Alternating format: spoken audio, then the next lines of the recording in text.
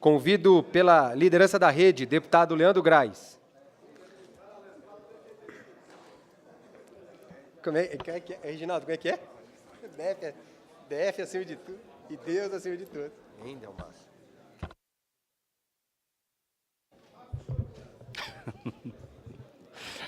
Boa tarde, senhor presidente, membros da mesa. Saudar aqui os colegas parlamentares, todos os servidores da casa, a imprensa que se faz presente também. Hoje pela manhã nós tivemos uma reunião pública com apoio, parceria e participação da Procuradoria da Mulher, representada na figura da deputada Júlia Luce. Tivemos a oportunidade de receber aqui diversas representações institucionais, organizacionais, da sociedade civil. Foi uma reunião muito produtiva, uma interlocução necessária entre servidores da área da Secretaria de Políticas para as Mulheres, da área da assistência, da área da saúde, com membros da Secretaria, Ministério Público, Judiciário, institutos e entidades que trabalham em prol das mulheres, especialmente do combate à violência dirigida às mulheres, que tem aumentado aqui no Distrito Federal. Aqui, neste mês, nós tivemos um registro de elevação. Esse dado referente ao ano de 2019 já aponta 1.874 casos de violência contra a mulher, agora em 2019.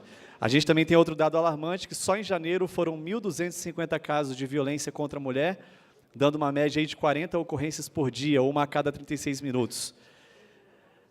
A cada 2 segundos, segundo o Instituto Maria da Penha, também uma mulher é vítima de violência física ou verbal no Brasil, além de outros dados alarmantes. E o nosso objetivo aqui, embora eu não seja mulher e a gente tem aqui na casa também uma representação para essa agenda, é que nós precisamos ampliar o debate. O problema da violência contra a mulher não é um problema só relativo e pertinente à discussão das mulheres. É um problema fundamentalmente também dos homens. A cultura do machismo, a cultura do estupro, a cultura que legitima a violência contra a mulher, ela precisa ser combatida por todos nós. E nós, homens, temos um papel muito importante nisso. Por esta razão, como também já havia anunciado ontem, nós estamos convocando aqui uma comissão geral para falar de machismo institucional aqui na casa e também em outros órgãos aqui do Distrito Federal. Nós estamos também numa parceria com o projeto He4She, Eles por Elas, que é da ONU Mulheres. Estamos abrindo várias ações, também definiremos nas nossas emendas parlamentares um orçamento de gênero, pelo entendimento de que essa pauta precisa ser ampliada. É fato que as mulheres é que têm a legitimidade, elas que são as vítimas diretas dessa cultura, mas se nós não ampliarmos do ponto de vista de segmentos, incluindo os homens nesse debate, nessa reflexão, dificilmente nós conseguiremos superar. E alguns encaminhamentos foram dados nessa reunião de hoje. A Procuradoria da Mulher vai estar conduzindo, junto com o Poder Executivo, a criação de um fórum permanente, com a participação de várias entidades e lideranças, para que a gente consiga formar pequenos grupos de trabalho e atuar nas variáveis desse problema. Conseguimos também que a Secretaria de Políticas para as Mulheres acolhesse algumas demandas de servidores. Então foi muito bom, foi muito produtivo. Agradeço aqui a participação da deputada Júlia, que apoiou essa iniciativa da manhã de hoje, e que é só o começo. É só o começo de um amplo debate que precisa ser centro nessa casa. Não pode ser um debate a mais ou um debate marginal, mas tem que ser um debate prioritário para que a gente, de fato, consiga avançar não só em termos de legislação, mas principalmente em termos de fiscalização e aperfeiçoamento das políticas. Obrigado, senhor presidente. Com a palavra, o deputado Leandro Grais. Presidente, retorno aqui para dar continuidade a esse debate, que, embora toque a esfera federal, ele também precisa ser refletido aqui, e acho muito positiva a contribuição dos colegas. É preciso que a gente pense e lembre de duas coisas. Primeiro, que a Previdência Social, ela não pode ser desvinculada do que é a Seguridade Social. Então, me preocupa essa compreensão de que a Previdência é um sistema à parte, sendo que ele, constitucionalmente, está englobado, junto com a saúde e com a assistência, no sistema de Seguridade Social.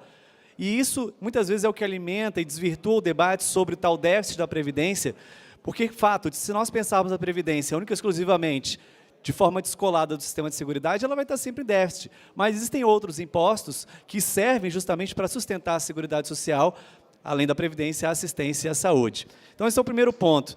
E também eu fico muito preocupado, porque sempre que vem uma proposta de reforma da Previdência, quem paga, quem geralmente é afetado diminuindo a sua renda, diminuindo os benefícios, é a população mais pobre, é a grande maioria da população brasileira. Ninguém coloca em xeque, ninguém coloca em discussão numa reforma da Previdência, por exemplo, as aposentadorias parlamentares da esfera federal. Por ano, só no Senado são 13 milhões gastos com aposentadoria. Na Câmara dos Deputados são 85 milhões gastos. Isso aí ninguém discute. Querem começar cortando? Cortem os privilégios. Cortem essas aposentadorias absurdas de políticos no Brasil que não fazem sentido algum perante a população, principalmente, que olha para o parlamentar eleito e vê ali um ser fora da realidade, um ser que não se assemelha a ele, e isso ainda mais alimenta também essa negação da política, esse desprestígio que as instituições políticas têm. Então vamos cortar os privilégios primeiro e depois a gente discute outras situações, mas não me parece que é isso que querem fazer. Inclusive o presidente Bolsonaro, mais uma vez, comete um estelionato eleitoral, porque lá na campanha, nas suas palestras, nas suas falas, dizia que era um absurdo que uma pessoa com 65 anos tivesse que contribuir até essa idade para poder se aposentar, e aí citava os trabalhadores do Nordeste, os trabalhadores da área rural do Brasil inteiro, aliás, não só do Nordeste, que tinham uma expectativa de vida ali por volta de 70 anos e que não teriam direito a usufruir da sua aposentadoria. E agora vem defender esse projeto de previdência, enganou a população. Mentiu, mais uma vez, assim como vem mentindo em outras situações. Eu estava aqui agora há pouco falando da questão das mulheres. Além das mentiras, existem também as fantasias. A gente teve aquele caso absurdo de espancamento lá no Rio de Janeiro, daquela empresária, e aí no outro dia o filho do presidente vai no Twitter para dizer o seguinte: se essa mulher tivesse uma arma em casa, não teria acontecido isso. Que fetiche é esse com arma? Que amor é esse pelas armas, que só matam? Arma é para matar. E aí me vem agora esse pacote anticrime do Sérgio Moro, querendo legitimar a matança em legítima defesa. Que coisa maluca, o que a gente está vivendo nesse país? Então, acho que sim, é preciso pautar também questões de ordem nacional, porque elas afetam o nosso cotidiano aqui no DF, mas estava lendo agora há pouco uma notícia de que já está sendo preparado um pacote previdenciário aqui do DF também. E eu espero que não venha com essas barbáries, com esses absurdos de cortar na carne da população mais pobre e continuar mantendo o privilégio da população mais rica, da elite brasileira, especialmente da classe política. Então fica aqui o registro também de questionamento, de crítica a mais uma farsa no processo da presidência da República, mais uma mentira que está sendo desvendada numa promessa feita antes da campanha e agora com atos completamente contraditórios durante o exercício do mandato. Obrigado, presidente. Obrigado, deputado Leandro Grais. Presidente, uma questão. Próximo inscrito, deputado Leandro Grais.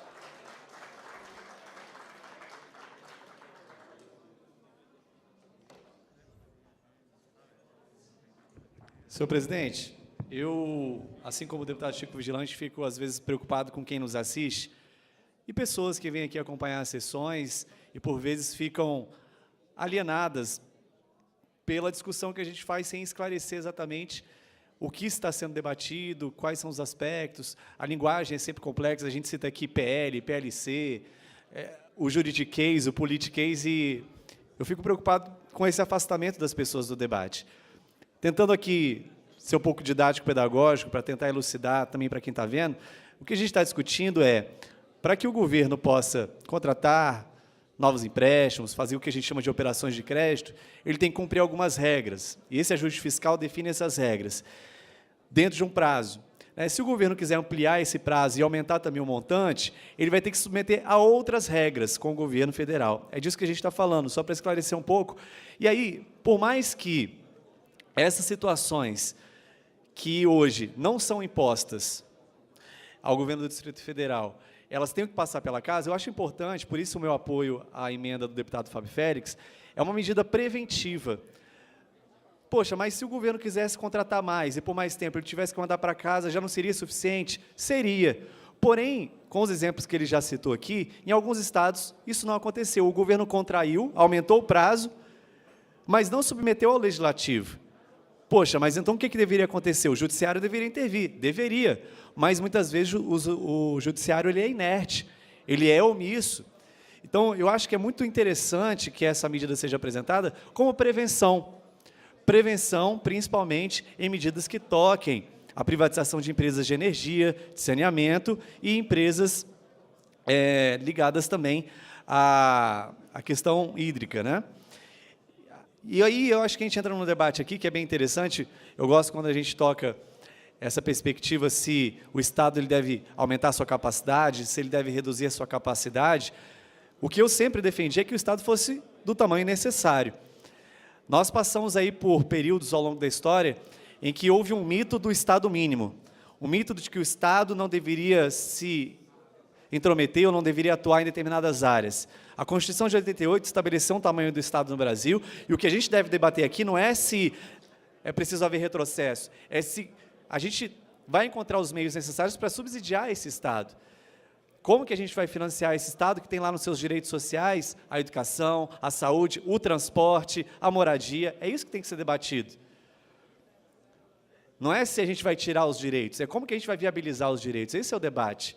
Lá em 89, quando os países ricos disseram para os países pobres o que eles deveriam fazer, e entre as medidas estava uma política privatizadora, esses países foram hipócritas, porque o que eles fizeram ao longo da sua história foi justamente promover o estado de bem-estar social. Não foi enxugar o Estado. Fez assim a Inglaterra, fez assim a Alemanha, os Estados Unidos, que hoje é o grande referencial dos neoliberais. Esses estados, eles investiram em educação, investiram em saúde pública, investiram no gasto público que garante a qualidade de vida. Então, essa história de dizer, o Estado tem que reduzir aonde? Reduzir nos direitos?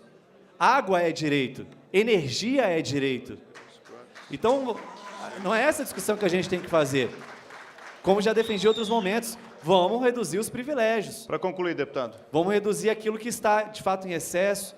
Vamos reduzir os gastos das instituições, vamos reduzir os gastos da burocracia, os gastos da área meio, mas não das áreas fins, e também de serviços que são essenciais à vida da população. Obrigado.